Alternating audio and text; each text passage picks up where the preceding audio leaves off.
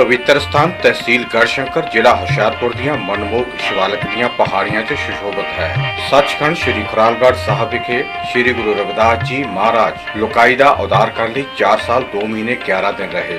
ਸ੍ਰੀ ਗੁਰੂ ਰਵਿਦਾਸ ਜੀ ਦੁਨੀਆ ਦੇ ਉਦਾਰ ਲਈ ਸੱਚਖੰਡ ਖੁਰਾਲਗੜ੍ਹ ਸਾਹਿਬ ਵਿਖੇ ਰਹਿ ਰਹੇ ਸਨ ਤੇ ਹਮੇਸ਼ਾ ਪ੍ਰਭੂ ਦੀ ਬੰਦਗੀ 'ਚ ਲੀਨ ਰਹਿੰਦੇ ਸਨ। ਇਹ ਇਲਾਕਾ ਗੁਰੂ ਜੀ ਦੀ ਕਿਰਪਾ ਨਾਲ ਖੁਸ਼ਹਾਲ ਹੋਣ ਲੱਗਾ। गुरु जी की अपार कृपा नाल बह रहे झरने ते सरोवर च संगत इशनान करके अपना जीवन सफला करती है। संगतां दी सहूलत लई लंगर निरंतर चलदा है, जिथे देश विदेश तो श्रद्धालु अपना वध तो वध योगदान पाउंदे रहिंदे हन। देश विदेश तो इत्थे हर रोज संगत नतमस्तक होकर गुरु घर दीआं खुशियां प्राप्त करती है। इत्थे सरोवर ते इमारत दा निर्माण शुरू है, जिस लई देश विदेश की संगत अपना योगदान ते सेवा कर रही है। सारा दिन इत्थे श्री गुरु रविदास जी की महिमा के गुणगान होंदे हन। गुरु घर की कमेटी के मुख्य काम हैं समाज में फैलियां बुराइयां दूर करना, खूनदान कैंप, अखां दे कैंप लगाने आदि हैं। इत्थे मैडिकल कॉलेज और तकनीकी कॉलेज खोलने का विचार है। इस दे नाल ही सब धर्मां का सत्कार करते हुए श्री गुरु रविदास महाराज के मिशन बेगमपुरा नूं घर घर पहुंचाना है। गुरु घर बारे ताज़ा जानकारी लिए महीनावार पेपर आ धर्म पत्रिका भी शुरू किया गया है। बहुत जन्म बिछड़े थे माधो, ये जन्म तुम्हारे लेखे, कह रविदास आस लग जीवूं, चिर प्यो दर्शन देखे। तो ही मोही मोही तो ही अंतर कैसा, कनक कटक जल तरंग जैसा। जो पे हमना पाप करंता अहे अनंता, पतत पावन नाम कैसे हुंता। तुम जो नायक आशो अंतर जामी, प्रभ ते जन जनीजे जनते स्वामी। शरीर आराधे मोह को विचार देहो, रविदास समदल समझावे को। गुरु प्यारी साध संगत जीओ, सतगुरु रविदास महाराज जी ने ये शब्द गुरु ग्रंथ साहब के अंग 93 उत्ते ये अंकित किया है। प्यारी साध संगत जीओ, पहली लाइन में जो असीं ध्यान दे नाल समझते हाँ, गुरु जी कहते हैं तो ही मोही मोही तो ही अंतर कैसा। ये सवाल है, ऐ प्रभु तेरे ते मेरे विच, मेरे ते तेरे विच किहो जिहा अंतर है। ते नाल ही इहदा फिर जवाब है कि अंतर है, पर किहो जिहा है। कनक कटक जल तरंग जैसा। दो उदाहरण दित्तियां हन, एक सोने की एक पानी की। पहला क्या है कि तो ही मोही मोही तो ही अंतर कैसा। नाल ही कहते कि कनक कटक जल तरंग जैसा। हुण फर्क समझना पएगा भी पहला फर्क है नहीं, ये फर्क है, ये फिर किहो जिहा फर्क है, तो फर्क क्यों पिया। जिन्ना चਿਰ ਅਸੀਂ इस गल नूं विचार नहीं करते, ਇਹਦੇ अर्थ नहीं करते, उन्ना चਿਰ गल समझ नहीं आउणी भी ये किहो जिहा फर्क है, तो फर्क क्यों है। तो ही मोही मोही तो ही अंतर कैसा, कनक कटक जल तरंग जैसा। सोने अते सोने के गहने विच जो फर्क है, जल ते जल की तरंग विच जो फर्क है, फिर ये फर्क है क्यों, क्यों फर्क पिया। प्यारी साध संगत जीओ, आप सारे जानते हैं कि 24 कैरेट सोने का गहना नहीं बनता। गहना बनाने वास्ते शुद्ध सोने दे विच 2% की खोट पाई जाती है, 2 कैरेट की। फिर वो 22 कैरेट का गहना बनता है, तो जिहदा असीं नामकरण कर देंगे हाँ कड़ा, छाप, मुंदरी, ਸਿੰਘ ਤਵੀਤ, जो पुराने गहने सी ਉਹਦਾ नामकरण हो जाता, क्योंकि सोने तो ਵੱਖ हो गए, उन्हों की होंद च आ गए वो। तो सानू इस तरह लगन लग गया कि सोना ही कई प्रकार का है। पर प्यारी साध संगत जीओ, क्योंकि सोना तो सोना है, इस कोई फर्क नहीं है। फर्क सिर्फ इस करके पिया कि गहना बनाने वास्ते वो 2% की राल पाती, खोट पा दी आ, तो वो अलग हो गया, उसका नामकरण अलग हो गया। पर जदों इस सोने नूं सुनियार ने कोठारी च पा के दोबारा मैल्ट किया, तो वो जिहड़ी खोट सी वो जल गई, तो फिर शुद्ध सोना 24 कैरेट का 24 कैरेट रह गया। इस तरह समुद्र दे विच जदों बहुत बड़ा भुचाल आया हुंदा, हवा आई हुंदी है, हनेरी आई हुंदी आ, तो देखण नूं इस तरह लगता है कि ये तो सारियां लहरां ही हैं, ये तो तरंगां ही हैं, पानी तो अलग ने सारा। पर जदों ਉਹ ਸ਼ਾਂਤ ਹੋ ਜਾਂਦਾ ਹੈ, ਭੁਚਾਲ ਜਾਂ ਜਿਹੜਾ ਹਵਾ ਹੈ, ਤਾਂ ਉਹ ਜਿਹੜੀਆਂ ਲਹਿਰਾਂ ਹਨ ਉਸ ਦੇ ਵਿੱਚ ਵਿਲੀਨ ਹੋ ਜਾਂਦੀਆਂ ਹਨ, ਅਬਜ਼ੌਰਬ ਹੋ ਜਾਂਦੀਆਂ ਹਨ। ਫਿਰ ਉਹ ਸਾਰਾ ਪਾਣੀ ਦਾ ਪਾਣੀ ਨਜ਼ਰ ਆਉਂਦਾ ਹੈ। ਇਸੇ ਤਰ੍ਹਾਂ ਗੁਰੂ ਮਹਾਰਾਜ ਜੀ ਨੇ ਇਹ ਉਦਾਹਰਨਾਂ ਦੇ ਕੇ ਕਿਹਾ ਕਿ ਸੱਚੇ ਪਾਤਸ਼ਾਹ ਤੇਰੇ ਅਤੇ ਮੇਰੇ 'ਚ ਕੋਈ ਫਰਕ ਨਹੀਂ ਹੈ। ਫਰਕ ਸਿਰਫ ਇਹ ਹੋ ਗਿਆ ਕਿ ਜਿਹੜੀ ਵਿੱਚ ਖੋਟ ਪੈ ਗਈ ਹੈ, ਰਾਲ ਪੈ ਗਈ ਹੈ, ਅਲੱਗ ਨਾਮਕਰਨ ਹੋ ਗਿਆ, ਅਲੱਗ ਹੋਂਦ ਆ ਗਈ ਹੈ। ਇਸ ਕਰਕੇ ਇਹ ਸਾਨੂੰ ਅਲੱਗ ਲੱਗਦੀ ਹੈ। ਪਰ ਜਦੋਂ ਹੁਣ ਸਵਾਲ ਇਹ ਹੋਇਆ ਕਿ ਸੋਨੇ ਵਿੱਚ ਤਾਂ ਰਾਲ ਪੈ ਗਈ, ਸਮੁੰਦਰ ਦੇ ਲਹਿਰਾਂ ਆ ਗਈਆਂ ਹਵਾ ਕਰਕੇ, ਤੇ ਬੰਦੇ ਵਿੱਚ ਕੀ ਫਰਕ ਪਿਆ? ਪਿਆਰੀ ਸਾਧ ਸੰਗਤ ਜੀਓ, ਬੰਦੇ ਵਿੱਚ ਕੀ ਫਰਕ ਪਿਆ ਹੈ ਕਿ ਇਹ ਜਦੋਂ ਜਨਮ ਹੋਇਆ ਇਨਸਾਨ ਦਾ, ਇਹ ਜੀਵ ਦਾ, ਇਹ ਅਵਤਾਰ ਰੂਪੀ ਸੀ। ਪਰ ਜਿਉਂ ਇਹ ਮਾਂ ਦੇ ਪੇਟ ਚੋਂ ਬਾਹਰ ਆਇਆ ਤਾਂ ਇਹ ਉਸ ਤੋਂ ਅਲੱਗ ਹੋ ਗਿਆ। ਪਿਆਰੀ ਸਾਧ ਸੰਗਤ ਜੀਓ, ਬੱਚਾ ਜਨਮ ਸਮੇਂ ਜਦੋਂ ਮਾਂ ਦੇ ਉਧਰ ਚੋਂ ਬਾਹਰ ਆਉਂਦਾ ਹੈ, ਇਹ ਔਲ ਦੇ ਨਾਲ ਜੁੜਿਆ ਹੁੰਦਾ ਹੈ, ਤੇ ਜਿੰਨਾ ਚਿਰ ਉਹ ਔਲ ਦੇ ਨਾਲ ਜੁੜਿਆ ਰਹਿੰਦਾ ਹੈ, ਪਿਆਰੀ ਸਾਧ ਸੰਗਤ ਜੀਓ, ਉਹਨਾਂ ਚਿਰ ਇਹ ਰੋਂਦਾ ਨਹੀਂ ਹੈ। ਕਿਉਂ? ਕਿਉਂਕਿ ਇਸ ਜੀਵ ਦਾ ਜੋ ਧਿਆਨ ਹੈ, ਜੋ ਸੁਰਤੀ ਹੈ, ਉਹ ਪ੍ਰਮਾਤਮਾ ਦੇ ਨਾਲ ਜੁੜੀ ਹੋਈ ਹੁੰਦੀ ਹੈ। ਤੇ ਜਿਉਂ ਹੀ ਉਹ ਬਾਹਰ ਆਉਂਦਾ ਹੈ, ਅਸੀਂ ਉਹਨੂੰ ਨਾੜੀਓ ਤੋਂ ਅਲੱਗ ਕਰਦੇ ਹਾਂ ਤਾਂ ਰੋਣ ਲੱਗ ਜਾਂਦਾ ਹੈ। ਕਿਉਂ? ਉਹਦੀ ਲਿਵ ਟੁੱਟ ਜਾਂਦੀ ਹੈ, ਉਸ ਪ੍ਰਮਾਤਮਾ ਨਾਲੋਂ ਲਿਵ ਟੁੱਟ ਜਾਂਦੀ ਹੈ। ਤੇ ਅਸੀਂ ਕੀ ਕਰਦੇ ਹਾਂ? ਲਿਵ ਛੁਟਕੀ ਭਾਉ ਦੂਜਾ ਲਾਇਆ। ਜਿਉਂ ਹੀ ਉਸ ਨੂੰ ਅਲੱਗ ਕੀਤਾ ਨਾੜੂਏ ਤੋਂ, ਤੇ ਜਦੇ ਅਸੀਂ ਕਹਿੰਦੇ ਹਾਂ ਭੂਆ ਆ ਜਾ ਭਾਈ ਗੁਰਸੁੱਤੀ ਦੇ, ਉਹ ਮਿੱਠਾ ਮੂੰਹ ਨੂੰ ਲਾ ਦਿੰਦੀ ਹੈ। ਤੇ ਪਿਆਰੀ ਸਾਧ ਸੰਗਤ ਜੀਓ, ਬੱਚੇ ਨੇ ਅਜੇ ਹੁਣੇ ਜਨਮ ਲਿਆ ਹੈ, ਦੇਖੋ ਕਿਸ ਤਰ੍ਹਾਂ ਆਪਣੇ ਬੁੱਲਾਂ ਨੂੰ ਚੂਸਦਾ ਹੈ। ਉਹ ਪਹਿਲੇ ਦਿਨ ਦਾ ਲੱਗਿਆ ਸਵਾਦ, ਪਹਿਲੇ ਦਿਨ ਦਾ ਲੱਗਿਆ ਰਸ, ਫਿਰ ਸਾਰੀ ਜ਼ਿੰਦਗੀ ਇਹ 9 ਦੁਆਰਿਆਂ ਦੇ ਵਿੱਚੋਂ ਲੱਭਦਾ ਰਹਿੰਦਾ ਹੈ। ਇਹਦਾ ਸੋਰਸ ਅਲੱਗ-ਅਲੱਗ ਹੋ ਜਾਂਦਾ ਹੈ। ਅਲੱਗ-ਅਲੱਗ ਸੋਰਸ ਦੇ ਵਿੱਚੋਂ ਇਹ ਉਹ ਪਹਿਲੇ ਦਿਨ ਦਾ ਲੱਗਿਆ ਸਵਾਦ ਉਹ ਲੱਭਦਾ ਰਹਿੰਦਾ ਹੈ। ਐ ਸੱਚੇ ਪਾਤਸ਼ਾਹ, ਸਾਡੇ ਵਿੱਚ ਵੀ ਇਹ ਖੋਟ ਆ ਗਿਆ। ਕਿਉਂ ਆਇਆ? ਕਿਉਂਕਿ ਅਸੀਂ ਸੰਸਾਰ ਦੇ ਵਿੱਚ ਵਿਚਰਨ ਲੱਗ ਗਏ, ਇਸ ਮੋਹ ਮਾਇਆ ਦੇ ਜਾਲ ਦੇ ਵਿੱਚ ਫਸ ਗਏ। ਪਿਆਰੀ ਸਾਧ ਸੰਗਤ ਜੀਓ, ਇੰਗਲਿਸ਼ ਦੇ ਵਿੱਚ ਜੋ ਅਸੀਂ ਪੜ੍ਹਦੇ ਹਾਂ ਉਹਦੇ 'ਚ ਪ੍ਰੋਨਾਉਂਸ ਆਫ ਫਸਟ ਪਰਸਨ ਹੈ। ਆਈ, ਮਾਈ, ਮੀ, ਵੀ, ਆਵਰ, ਅਸ। ਇਹ 5 ਸ਼ਬਦ ਜਿਹੜੇ ਫਸਟ ਪਰਸਨ ਦੇ ਹਨ, ਇਨਸਾਨ ਵਾਸਤੇ ਵਰਤੇ ਜਾਂਦੇ ਹਨ, ਇਹ ਈਗੋ ਦੇ ਨਾਲ ਨੇ, ਇਹ ਹਉਮੈ ਦੇ ਨਾਲ ਨੇ। ਮੈਂ, ਮੈਨੂੰ, ਮੇਰਾ, ਅਸੀਂ, ਸਾਡੇ, ਮੇਰੇ ਇੰਨੇ ਘਰ ਹਨ, ਅਸੀਂ ਇੰਨੇ ਭਰਾ ਹਾਂ, ਮੈਂ ਹਾਂ, ਇਹ ਮੇਰਾ ਹੈ। ਇਹ ਮੈਂ ਮੇਰੀ 'ਚ ਪੈ ਕੇ ਇਹ ਸੱਚੇ ਪਾਤਸ਼ਾਹ ਤੇਰੇ ਨਾਲੋਂ ਸਾਡੀ ਵਿੱਥ ਵੱਧਦੀ ਜਾਂਦੀ ਹੈ। ਤੇ ਕਾਮ, ਕ੍ਰੋਧ, ਲੋਭ, ਮੋਹ, ਹੰਕਾਰ, ਬਾਸ਼ਨਾ, ਤ੍ਰਿਸ਼ਨਾ, ਚੁਗਲੀ, ਨਿੰਦਿਆ ਤੇ ਝੂਠ, ਇਹ ਸਾਡੇ ਵਿੱਚ ਪ੍ਰਬਲ ਹੋ ਜਾਂਦੇ ਹਨ।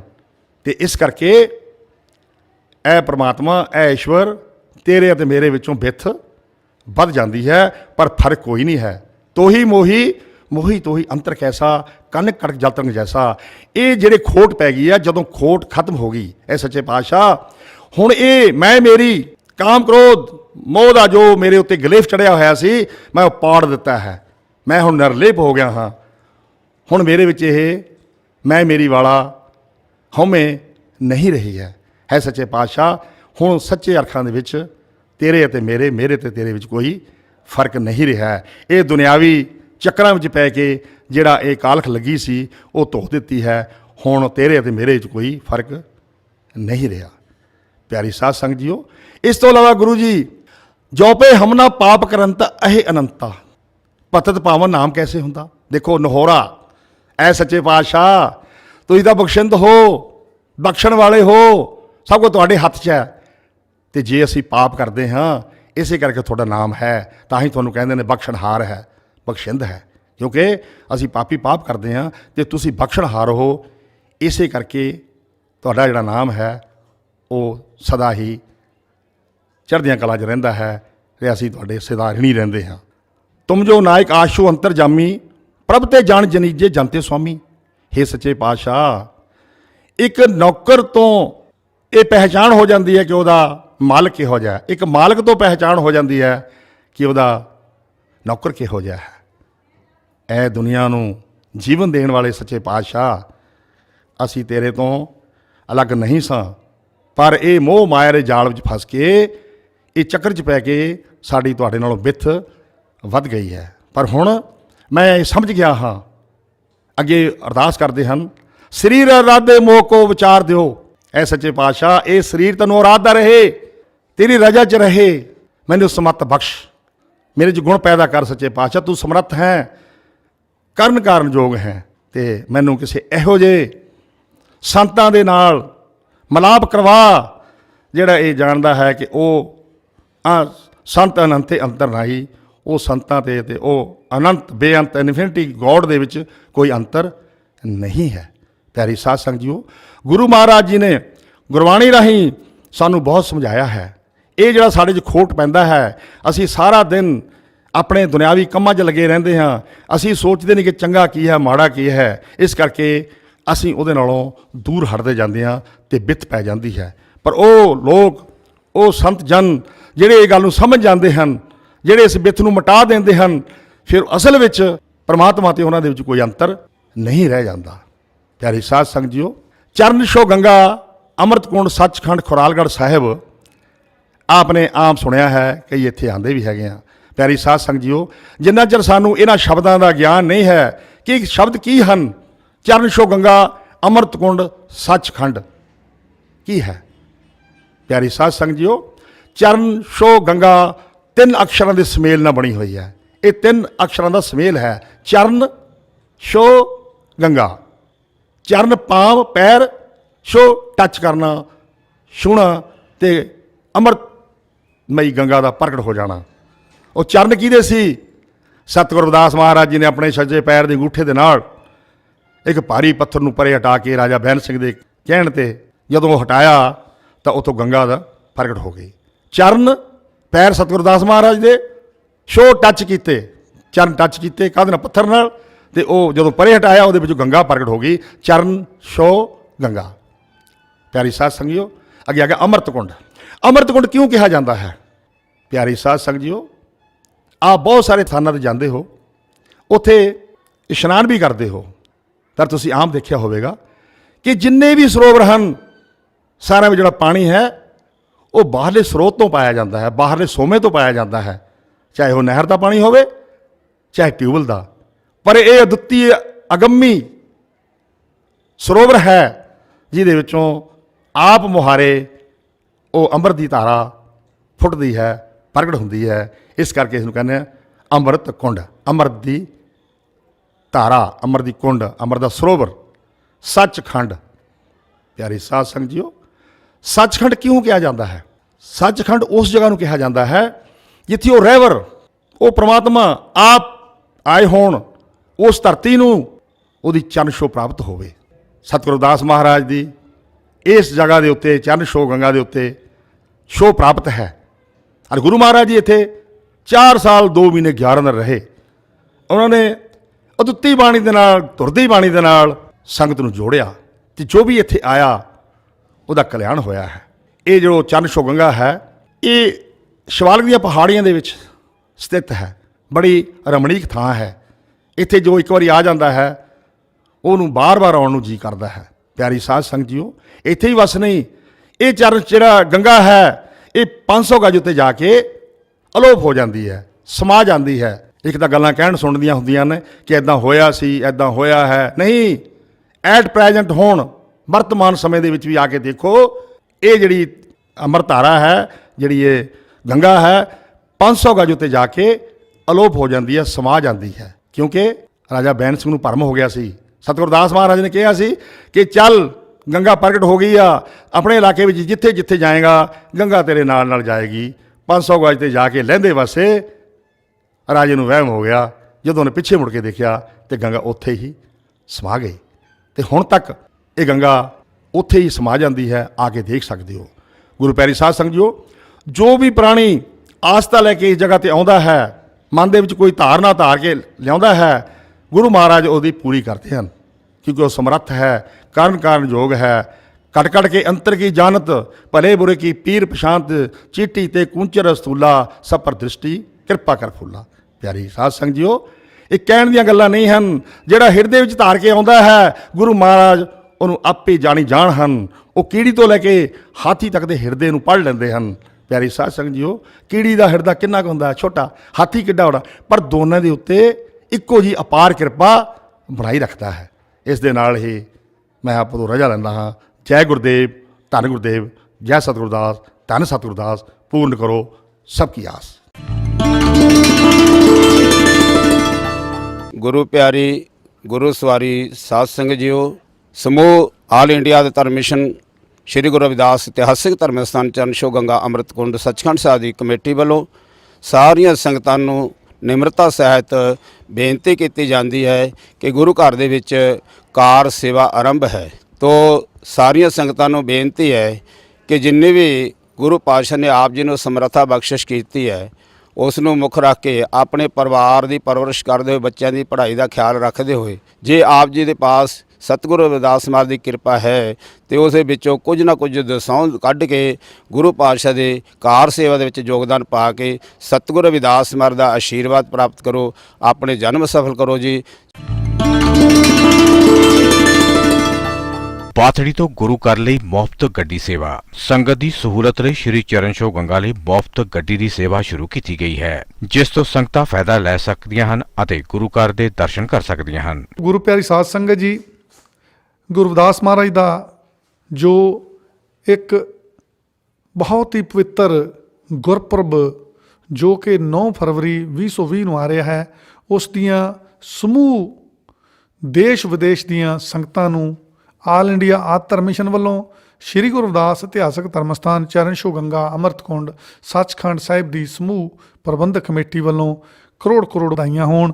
ਅਤੇ ਇਸ ਦੇ ਨਾਲ ਹੀ ਜਿੱਥੇ ਇਹ ਗੁਰੂ ਰਵਿਦਾਸ ਮਹਾਰਾਜ ਦੇ ਗੁਰਪੁਰਬ ਪਿੰਡ ਪਿੰਡ ਮਨਾਏ ਜਾਣੇ ਹਨ, ਘਰ ਘਰ ਮਨਾਏ ਜਾਣੇ ਹਨ, ਜ਼ਿਲ੍ਹਿਆਂ ਵਿੱਚ ਮਨਾਏ ਜਾਣੇ ਹਨ, ਸੂਬਿਆਂ ਵਿੱਚ ਮਨਾਏ ਜਾਣੇ ਹਨ, ਉੱਥੇ ਵਿਸ਼ੇਸ਼ ਕਰਕੇ ਇਸ ਵਾਰ ਜੋ ਇਹ ਸ਼੍ਰੀ ਚਰਨਛੋਹ ਗੰਗਾ ਵਿਖੇ ਜੋ ਕਿ ਗੁਰੂ ਰਵਿਦਾਸ ਮਹਾਰਾਜ ਦੀ ਪਵਿੱਤਰ ਧਰਤੀ ਹੈ, ਇੱਥੇ ਵੀ ਬੜੀ ਧੂਮ-ਧਾਮ ਦੇ ਨਾਲ ਜੋ ਪ੍ਰਬੰਧਕ ਕਮੇਟੀ ਹੈ ਜਿਸ ਦੇ ਪ੍ਰਧਾਨ ਸੰਤ ਸੁਰਿੰਦਰ ਦਾਸ ਜੀ ਦੀ ਅਗਵਾਈ ਵਿੱਚ ਇਹ ਪ੍ਰੋਗਰਾਮ ਇੱਥੇ ਮਨਾਏ ਜਾਣੇ ਹਨ।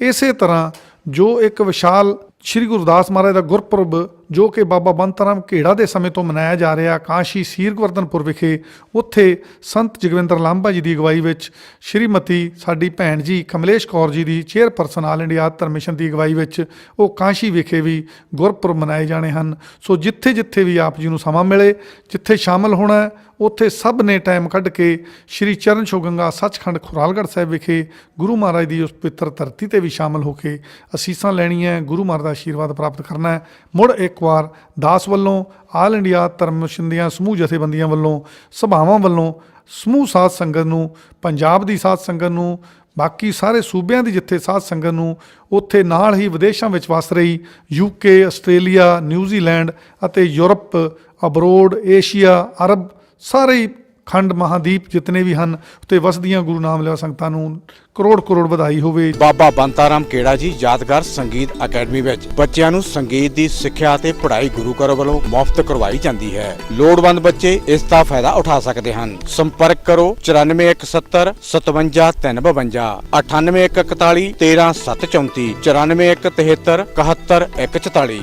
ਇਹ ਪ੍ਰੋਗਰਾਮ ਤੁਹਾਨੂੰ ਕਿਸ ਤਰ੍ਹਾਂ ਦਾ ਲੱਗਾ, ਤੁਸੀਂ ਆਪਣੀ ਰਾਏ ਇਹਨਾਂ ਨੰਬਰਾਂ ਤੇ ਦਿਓ। ਸਾਡੇ ਨੰਬਰ ਹਨ 9851 27630, 88727 52727, 97796 27888।